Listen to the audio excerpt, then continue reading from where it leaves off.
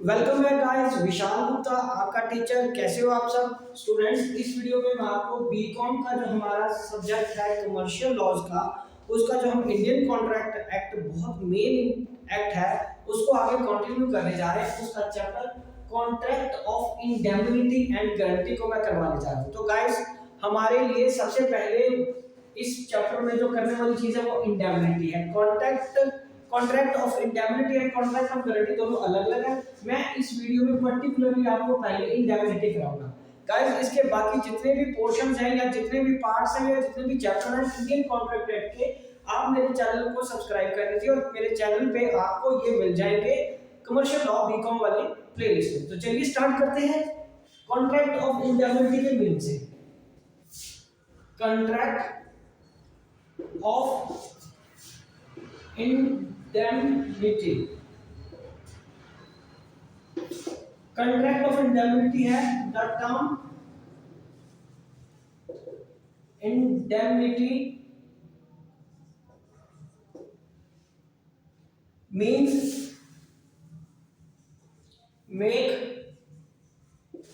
Good the loss or to compensate the party who suffered some loss। तो indemnity का मतलब क्या हो गया गाइस, यहां से आप देखिए, अंडरस्टैंड करिए। इंडेमनिटी का मतलब है कि आपने किसी के लॉस को गुड करना है, मतलब उसके लॉस की भरपाई करके देनी है। ठीक है जी, जिसने लॉस सफर किया है उसके साथ आपका वादा था कि आप उसका लॉस कंपनसेट करके दोगे। तो अब आपको थोड़ा याद आ रहा है कि ये किससे रिलेटेड है। ये यस, ये इंश्योरेंस से रिलेटेड है। तो इंश्योरेंस वाले कॉन्ट्रैक्ट इंडेमनिटी वाले होते हैं ना। So the term contract of indemnity, contract of indemnity is defined under section 124 of the Indian contract act 1872। ठीक है जी। तो इसमें क्या डेफिनेशन लिखी हुई है। कॉन्ट्रैक्ट, जो एक कॉन्ट्रैक्ट है, ठीक है, by which one party promises to save the other party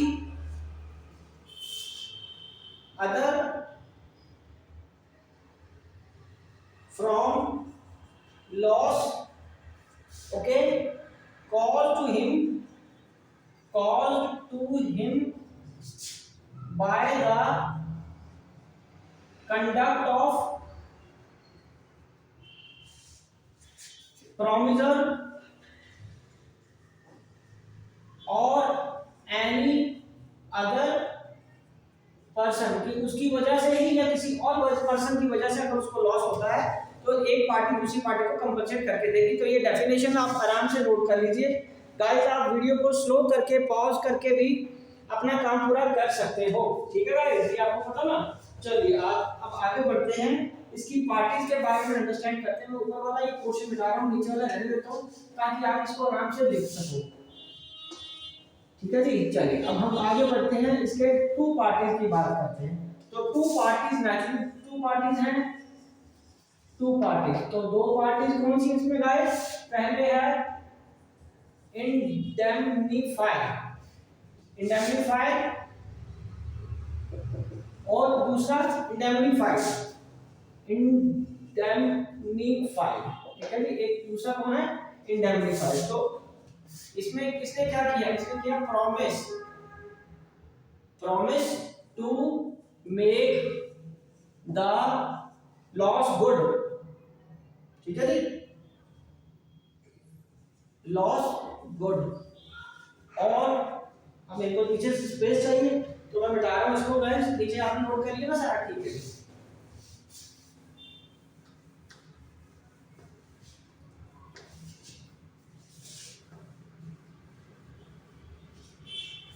तो ये तो इंश्योरेंस कंपनी होगी ना एक तरह से, ठीक है। एग्जांपल, बेस्ट एग्जांपल तो ये है इंडेमनिटी से प्रोटेक्शन, ठीक है। और compensate the loss, compensate the loss, for example insurance company, okay. और इस केस में इंडेमनिफाइड कौन, जिसका लॉस पूरा होने की करने की बात की, who is promised to be saved, ठीक है, against the loss। तो ये कौन हो गया हमारा, the person who has taken the policy, policy holder। ये कौन हो गया गाइस, पॉलिसी होल्डर। देखिए जरा, समझ आ रहा है आपको, वेरी गुड। तो ये दो पार्टीज हमारी हो गई। चलिए अब हम आगे बढ़ते हैं। इसका जो अगला टॉपिक है, इसका टॉपिक है अगला मोड ऑफ कॉन्ट्रैक्ट, किस तरीके से ये कॉन्ट्रैक्ट होगा। तो अब हम इसको इरेज करेंगे। तो अब अगला टॉपिक जो डिस्कस करेंगे वो है mode of contract of indemnity. किस तरीके के कॉन्ट्रैक्ट ऑफ इंडेमनिटी पढ़ेंगे, ठीक है। Mode of contract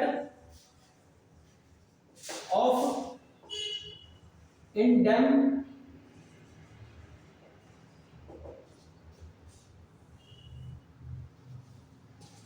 a contract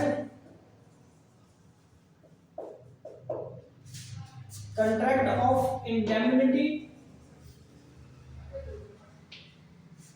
like any other contract, like any other contract,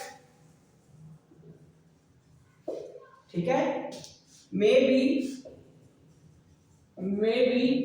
express, ये एक्सप्रेस भी हो सकता है, और implied automatically from the circumstances जो इमर्ज होता है, ठीक है। चलिए हम आगे बढ़ते हैं इसके। अब contract of indemnity, a contract of indemnity, ठीक है, is said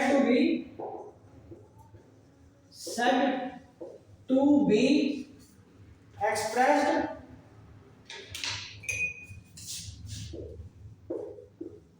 when a person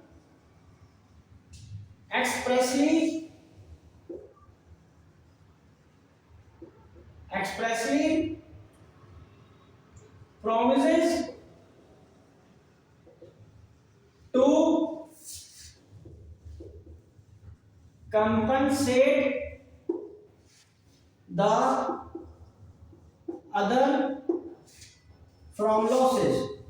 अगर वो लिख के वादा करता है, कॉन्ट्रैक्ट लिख के वादा कर रहा है कि मैं तेरा लॉस पूरा करके दूंगा, तो वो एक्सप्रेस हो गया। तो अब contract of indemnity, a contract of indemnity is said to be implied, is said to be implied when it is to be inferred from the conduct of the parties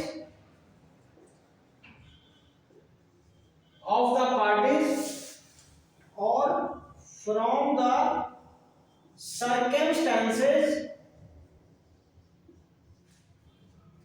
of the case। ठीक है जी, ये इसके दो points हैं, express का meaning और employed का meaning कैसे आएगा। ठीक है जी, सुंदर सुंदर लिखा ना, समझ रहे हो ना आप लोग, वेरी गुड। चलिए अब हम आगे बढ़ते हैं, इसको मैं फिर इरेज करूंगा, अगला पॉइंट ऊपर लिखेंगे ताकि थोड़ा सा आपको समझ में आए आसानी से। और बेटा इसको आप अच्छे से समझ लीजिए, ये बहुत सिंपल टर्म्स है, मैं जितना सिंपल हो सकता है उतना उतना ही चॉइस ऑफ वर्ड सिंपल रख रहा हूँ ताकि कोई टेक्निकल लैंग्वेज यूज ना हो, आपको बिल्कुल दिक्कत ना आए, क्योंकि फर्स्ट टाइम आप लोग ये चैप्टर पढ़ रहे हो इस तरीके के कमर्शियल लॉज में। ठीक है जी, तो होप सो कि आपको अच्छी तरह समझ आ जाएगा। चलिए अब हम आगे बढ़ते हैं। अ contract of indemnity, a contract of indemnity is like any other contract, any other contract, and must fulfill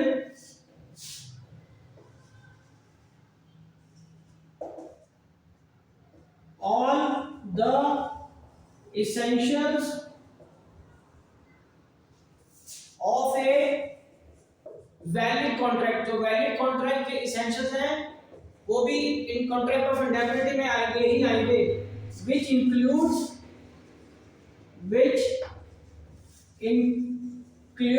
और उसमें क्या इंक्लूड हो रहा है क्या गाइस, उसमें क्या इंक्लूड हो रहा है, सबसे पहले हम लिखेंगे इसमें offer and acceptance, offer and acceptance, right guys. और उसके बाद दूसरा क्या आएगा इसका, intention to create legal obligation, intention to create legal obligation। तीसरा है consideration। चौथा डी पार्ट क्या है इसका, competency to contract, competency to contract, तो कॉन्ट्रैक्ट करने के कैपेबल होना चाहिए। और उसके बाद फ्री कंसेंट, फ्री कंसेंट और लॉफुल ऑब्जेक्ट, लॉफुल ऑब्जेक्ट होना चाहिए उसका।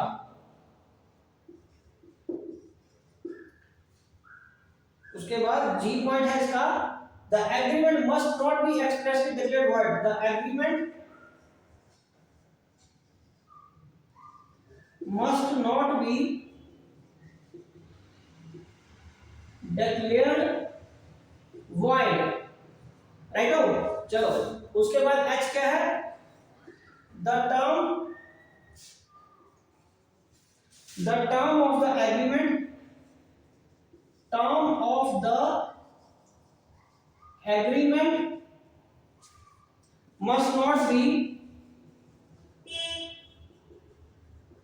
वेग, हवा में नहीं होनी चाहिए, और अनसर्टेन और अनिश्चित नहीं होनी चाहिए, पता होना चाहिए कि क्या करना है और कितने रुपए का लॉस पूरा करके देना है।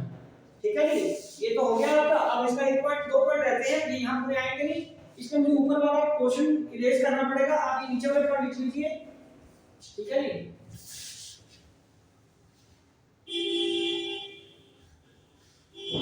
चलिए अब मैं नेक्स्ट पॉइंट लिख रहा हूँ इसका, The agreement must be capable of performance. H के बाद I, the agreement must be capable of performance.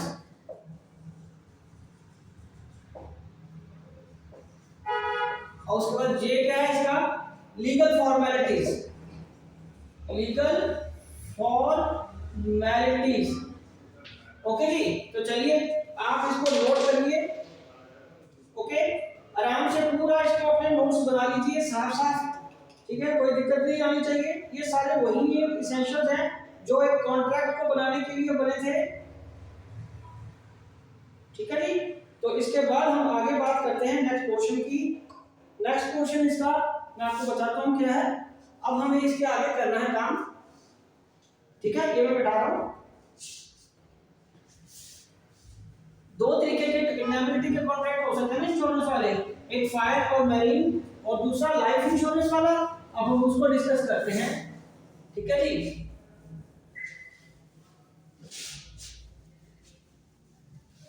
सो यहां पे अब मैं आपको लिख के दे रहा हूं, a contract of fire and marine insurance, fire और मैरिन इंश्योरेंस, ठीक है, are a contract of indemnity. ये तो कॉन्ट्रैक्ट ऑफ इंडेमनिटी है, ठीक है जी। But life insurance is not a contract of indemnity. ये कॉन्ट्रैक्ट ऑफ इंडेमनिटी नहीं है गाइस, इसको अच्छी तरह अंडरस्टैंड करिए जरा, बहुत इंपॉर्टेंट पॉइंट है ये, ठीक है जी। चलिए अब हम आगे बढ़ते हैं। राइट क्या है इंडेमनिटी के? Rights of indemnity, holder when sued, holder when sued under section 125। Section 125 के अंदर क्या है इसका? Right the promisee in a contract of indemnity acting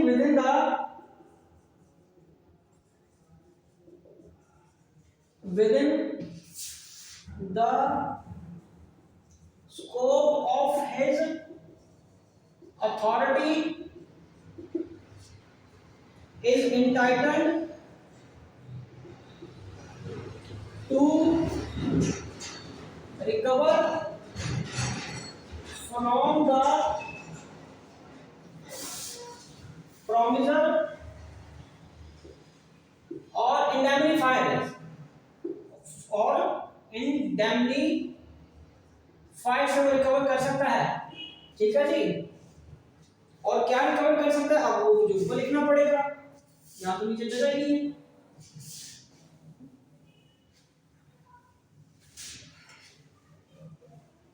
ठीक है जी, तो चलिए अब आगे बढ़ते हैं। सबसे पहले ऑल डैमेजेस,